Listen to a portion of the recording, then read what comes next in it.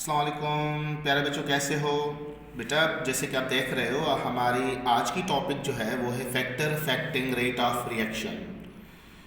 तो टेम्परेचर और कंसंट्रेशन में अलग से लेक्चर जो है वो अपलोड करूँगा। बाकी जो चार हैं चूँकि वो आसान भी हैं तो मैं पहले उन पे फोकस करता हूँ। तो पहला है हमारे पास nature of reactant. Nature of reactant हम किस तरह से एक्सप्लेन करते हैं, याद रहे बेटा, हम एक्सप्लेन करते हैं activation energy base, state base और type of reaction base discuss करते हैं। मिसाल के तौर पर वो रिएक्टेंट जिनकी एक्टिवेशन एनर्जी बहुत ज़्यादा होती है, वो जिनकी एक्टिवेशन एनर्जी बहुत ही ज़्यादा होती है, तो याद रहे बेटा वो रिएक्शन जो है उनका रेट जो है वो स्लो होता है। उनका रेट ऑफ रिएक्शन क्या होता है? स्लो होता है। और वो जिनकी एक्टिवेशन एनर्जी कम होती है वो रिएक्शन ज़्यादातर फास्ट होते हैं। तो नंबर वन पॉइंट आपको जो नोट करनी है, nature of reactant based activation energy, यानी कि वो रिएक्टेंट जिनकी एक्टिवेशन एनर्जी कम होती है वो रिएक्शन फास्ट होते हैं, और वो जिनकी एक्टिवेशन एनर्जी ज़्यादा होती है वो रिएक्शन स्लो होते हैं। जैसा कि हम पहले भी डिस्कस कर चुके हैं, मैं दोबारा नोट करवा देता हूँ। ये देखें, कार्बन मोनोऑक्साइड की एक्टिवेशन एनर्जी बहुत ज़्यादा है और NO की एक्टिवेशन एनर्जी बहुत कम है, लिहाजा NO वाला जो रिएक्शन है वो क्या है? फास्ट है, और CO वाला रिएक्शन क्या है? आपका स्लो है। तो याद रहे वो मॉलिक्यूल जो रिएक्टेंट साइड पर आप रिएक्शन करवा रहे हो उनका रेट ऑफ रिएक्शन किस तरह से डिटरमाइन करोगे।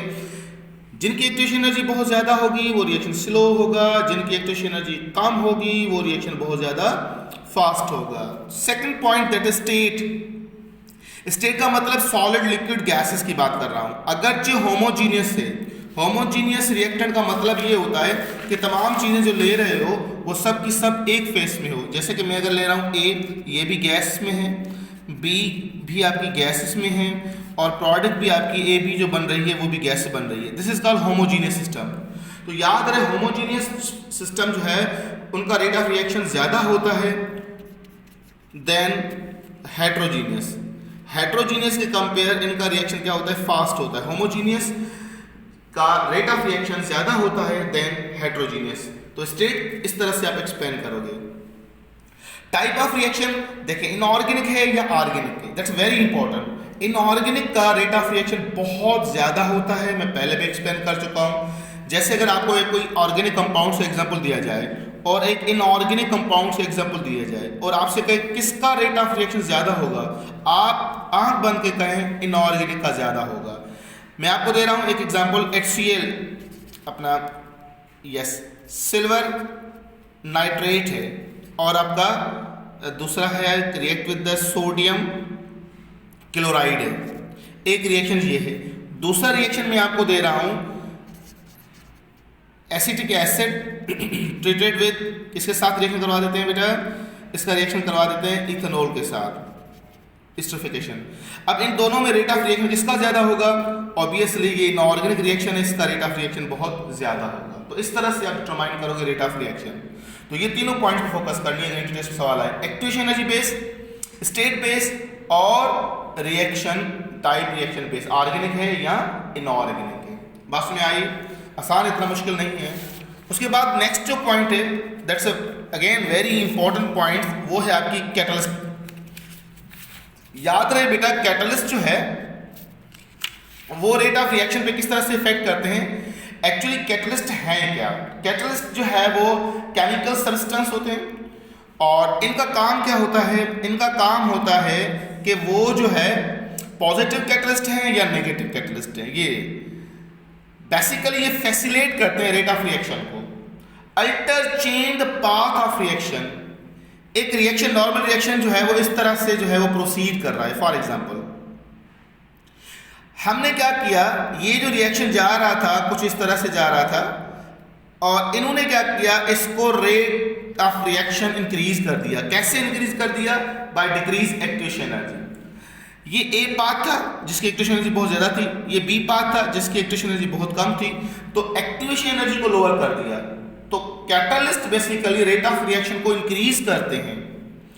अगर जो पॉजिटिव कैटलिस्ट हो और नेगेटिव हो तो डिक्रीज करेंगे। फिर वही सवाल सर ये इंक्रीज और डिक्रीज कैसे करते हैं रेट ऑफ रिएक्शन को? ये बेसिकली पाथ को चेंज करते हैं। अब सवाल आपका ये होगा कि सर डिक्रीज कैसे करेंगे? तो डिक्रीज बेसिकली इस तरह से करते हैं कि जो कोलियन है, नंबर ऑफ कोलियन है, उसको कम कर देते हैं, इफेक्टिव कोलियन को कम कर देते हैं। इफेक्टिव कोलियन जितनी कम होगी रेट ऑफ रिएक्शन कम हो जाएगा, इफेक्टिव कोलियन जितनी ज्यादा होगी रेट ऑफ रिएक्शन उतना ही ज्यादा होगा। तो बेसिकली इफेक्टिव कोलियन की कहानी है, कैटलिस्ट इफेक्टिव कोलियन को बढ़ा देते हैं तो रेट ऑफ रिएक्शन बढ़ जाता है, इफेक्टिव कोलियन को कम करते हैं तो रेट ऑफ रिएक्शन भी कम हो जाता है। तो बेसिकली कैटलिस्ट जो है फैसिलिटेट रेट ऑफ रिएक्शन करता है, डिपेंड करेगा नेचर ऑफ द कैटलिस्ट। वैसे अगर बायोलॉजिकल कैटलिस्ट आप पढ़ चुके हो तो उसमें हम कहते हैं chemical substance which speed up the rate of reaction. अब ये जरूर नहीं है कि स्पीड अप करवाए, वो डिक्रीज भी करवाते हैं। स्पीड कब करवाएंगे? जब इफेक्टिव कोलियन बढ़ाते हैं, जब इफेक्टिव कोलियन बढ़ जाएगी तो क्या होगा? एक्टिवेशन कम हो जाएगी। बेसिकली ये पाथ चेंज कर देते हैं।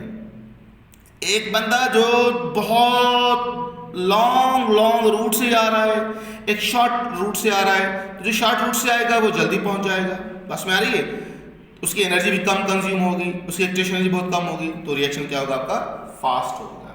तो इस तरह से करते हैं कि पाथ को चेंज करते हैं। और पाथ को किस तरह से चेंज करते हैं? बाय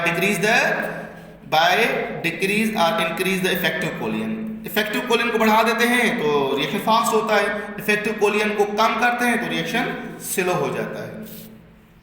उसके बाद जो फैक्टर है बेटा वो है आपका surface area, that's very important. Surface area जो है याद रहे बेटा डायरेक्टली प्रोपोर्शनल है, किसके साथ है? रेट ऑफ रिएक्शन के साथ। यानी कि जितना सरफेस जो है ज्यादा कांटेक्ट करेगा रिएक्शन के साथ उतना रिएक्शन फास्ट होगा। मिसाल के तौर पे मार्बल चिप्स है, अगर मैं एक बड़ा पीस ले रहा हूं तो बेटा अगर इसको आप पानी में डिजोल्व करोगे it will take a long time, ये बहुत ज्यादा टाइम लेगा, क्योंकि इसका जो सरफेस है वो बहुत कम कांटेक्ट में है, किसके साथ है? वाटर मॉलिक्यूल के साथ। मगर जब इसका मैं पाउडर बनाऊं, ये पाउडर में बना रहा हूं, अब इसको मैं पानी में डिजोल्व करूं फॉर एग्जांपल, तो याद रहेगी जल्दी से डिजोल्व हो जाएगा, बात में आ रही है? तो जितना सरफेस छोटा होगा रेट ऑफ रिएक्शन उतनी ही ज्यादा होगी। जैसे गुड़ ले रहा हूं, अब गुड़ जो है याद रहे बेटा ये बड़ा सॉलिड पीस है, ये पानी में डिजोल्व जब आप करोगे बहुत टाइम लेगा। और इसी कंपेयर इसका पाउडर लेते हैं, मिठाई, बस मेरी, और जब हम उसका पाउडर लेते हैं तो वो पानी में जल्दी डिजोल्व हो जाता है। तो ये बात जहन में होनी चाहिए, सरफेस ऑफ रिएक्टेंट एरिया जितनी ज्यादा होगी रिएक्शन उतना ज्यादा फास्ट होगा, डायरेक्टली प्रोपोर्शनल। उसके बाद लास्ट फैक्टर हमारा है बेटा रेडिएशन। कुछ बेटा रिएक्शन ऐसे होते हैं जिनको हम फोटोसिंथेसिस या फोटोकेमिकल रिएक्शन बोलते हैं, जो presence of light he possible है, वरना ये रिएक्शन नहीं होगा, क्योंकि ये फ्री रेडिकल रिएक्शन कहलाता है। फ्री रेडिकल रिएक्शन जितने भी एग्जांपल्स हैं all are presence in sunlight, ये रेडिएशन की मौजूदगी में होती है। वो रिएक्शन याद रहे बेटा ओनली डिपेंड रेडिएशन, जितनी रेडिएशन बढ़ेगा, जितनी इंटेंसिटी ऑफ लाइट बढ़ेगी तो बेसिकली नंबर ऑफ फोटॉन्स बढ़ेंगे, और जितने नंबर ऑफ फोटॉन्स बढ़ेंगे उतना फ्री रेडिकल रिएक्शन जल्दी होगा। और इनके एग्जांपल्स क्या है बेटा? ऑल फ्री रेडिकल रिएक्शन, जितने भी फ्री रेडिकल रिएक्शन है, या फोटोसिंथेसिस रिएक्शन है, जैसे कार्बन डाइऑक्साइड वाटर रिएक्शन करके ग्लूकोज बनाते हैं, वो तमाम के तमाम रेडिएशन डिपेंडेंट है, ये कंसंट्रेशन पे डिपेंड नहीं करते हैं, इनको हम जीरो ऑर्डर रिएक्शन बोलते हैं। ये हम आगे डिस्कस करेंगे जब हम ऑर्डर ऑफ रिएक्शन डिस्कस करेंगे। बस में आई? तो ये छोटी पॉइंट्स थी बेटा, चारों पॉइंट्स बड़ी आसान, इतनी मुश्किल नहीं है, तो ये आप मेमोराइज कर दें। नेक्स्ट लेक्चर हम टेम्परेचर पे देंगे, चूंकि टेम्परेचर पे थंब रूल डिस्कस करेंगे तो मैंने सोचा इसके लिए अलग क्लिप बनाऊंगा। कंसंट्रेशन बेस पर मैं 2 क्लिप्स अलग बनाऊंगा, क्योंकि वो फिर उसके अंदर ऑर्डर ऑफ रिएक्शन भी हम डिस्कस करेंगे। तो इन 4 फैक्टर्स को थोड़ा सा हाईलाइट इसलिए मैंने किया, ये आसान भी है, और ये कि इन चारों पॉइंट्स पे फोकस कीजिए। नेक्स्ट इंशाल्लाह हमारा लेक्चर होगा वो टेम्परेचर बेस होगा, और लास्ट में कंसंट्रेशन बेस होगा। अपना ख्याल कीजिएगा बेटा, अल्लाह हाफिज़।